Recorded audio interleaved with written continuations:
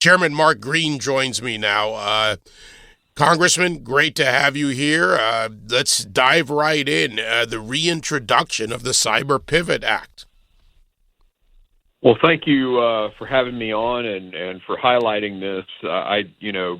I think a big part of my responsibility is to just help educate the American people on this threat, cybersecurity as a threat, and the shortages that we have as a nation, the weak points, in contending in cyberspace with China and the other bad actors. So thank you. This is huge.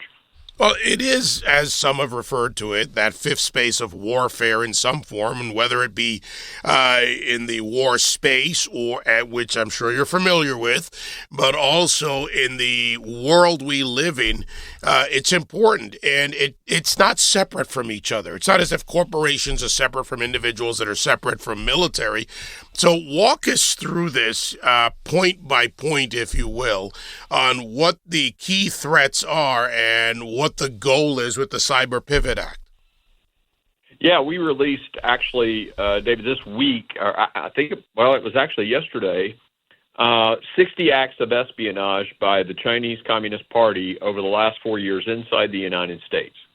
And, of course, the spy balloon is probably the thing that's most notable to people. It was played out on national television. But, intrusions into our infrastructure. So imagine that the Chinese have access to your water system, your power system, all of that. They infiltrated our infrastructure. They infiltrated our telephones. They got into all of the telecommunications networks. That was, you hear this typhoon, and it sort of, we say Volt Typhoon or Salt Typhoon based on whomever they intrude into. Silk Typhoon, they got into the U.S. Treasury Department.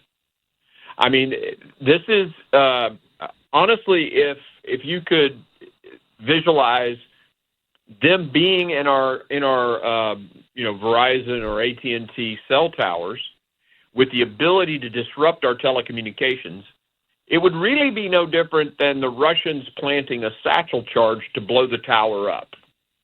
Yet Americans and most people don't equate the two. And so China wants to unseat the United States as the global hegemon. And it goes all the way back to the Qin dynasty, and Xi Jinping is acting more like the emperor of the Qin dynasty than any other in the history of China, which is just brute force and bullying, and he's a totalitarian dictator. And so they believe very firmly in the Sun Tzu Art of War philosophy of there can be only one tiger on top of the mountain. And they're working aggressively on multiple strategic levels to unseat us. And so being in our cybersecurity or in our systems, if we go and try to defend Taiwan, an invasion of Taiwan, they can just call us up and say, hey, we're about to shut down all your water, or we're about to shut down all your power. You might want to rethink that. That is a chip, so to speak. That is a military tool at that point. And so cyber defense is critical. The greatest need in cyber defense is a workforce, because we're 500,000 people short. Empty slots in cybersecurity today. Tomorrow it'll be more. And so that's why I introduced the Pivot Act. The threat and now the response is the Cyber Pivot Act, step one. So two things come to mind as I listen to you walk us through this. One is in the form of a question. What does a resilient cyber posture look like? What does that framework look like? And also, in order to get to that point, and to your point about not having enough people in the space, enough experts, what type of education track do we need to get the population there so that they're able to do the job you're talking about?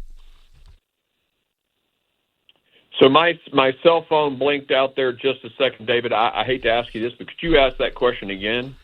Two things. No, that's all right. That's technology, and we are talking about cyber. The Chinese. Maybe they're listening to us. One, what does a resilient cyber posture look like, given your answer? And the people that are the numbers that we need, we're short on the workforce component.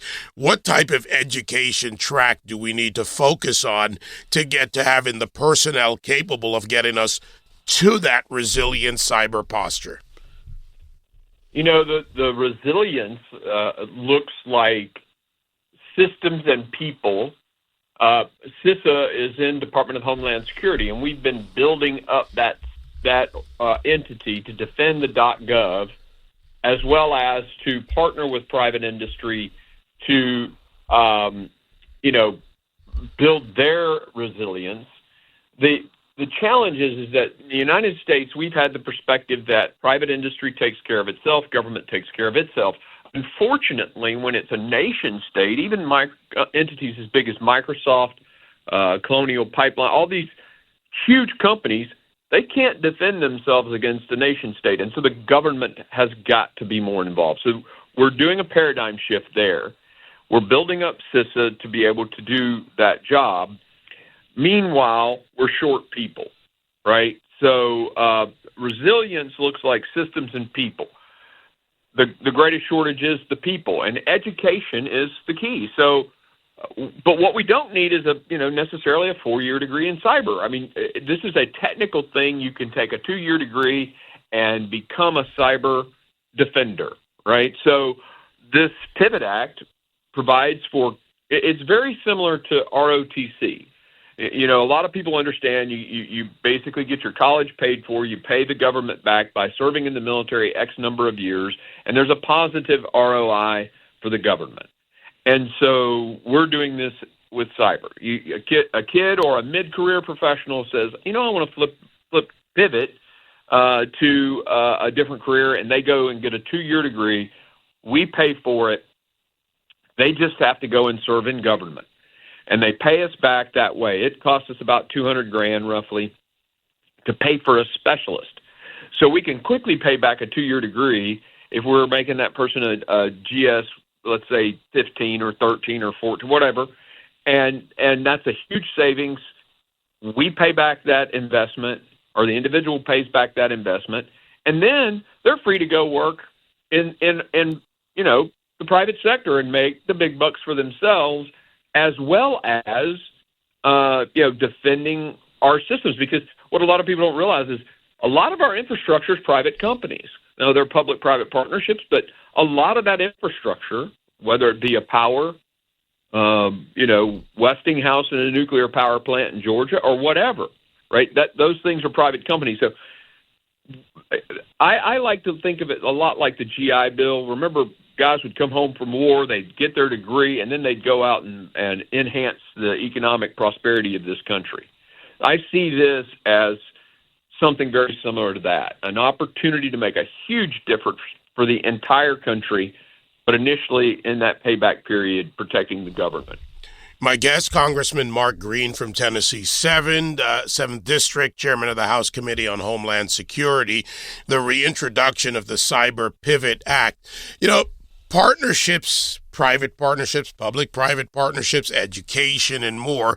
And to your point that, you don't need that 4-year degree, is there a way or a path to engage Silicon Valley, and we have a number of them, of course, the big one in California, but the tech sector writ large in this country, because this is a workforce that benefits them, obviously?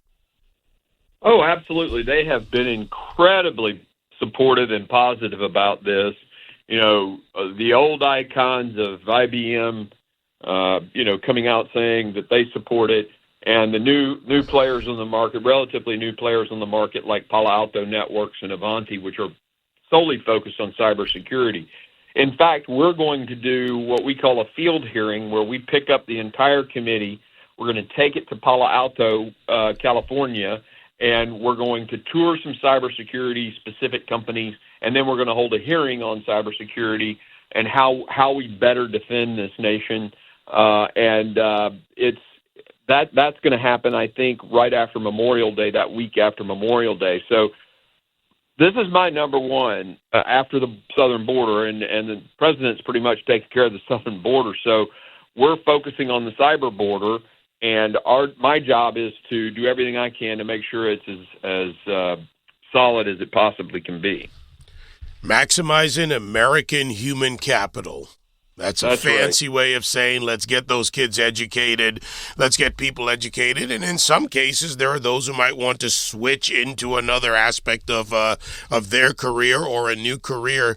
All things that we need, and given the numbers that you've said, where we're short, we literally are working at a deficit against our enemies around the world. Our friends, okay, that's a different story, but we should be concerned about our enemies. Congressman, thank you. Yeah, thanks for having me on, David.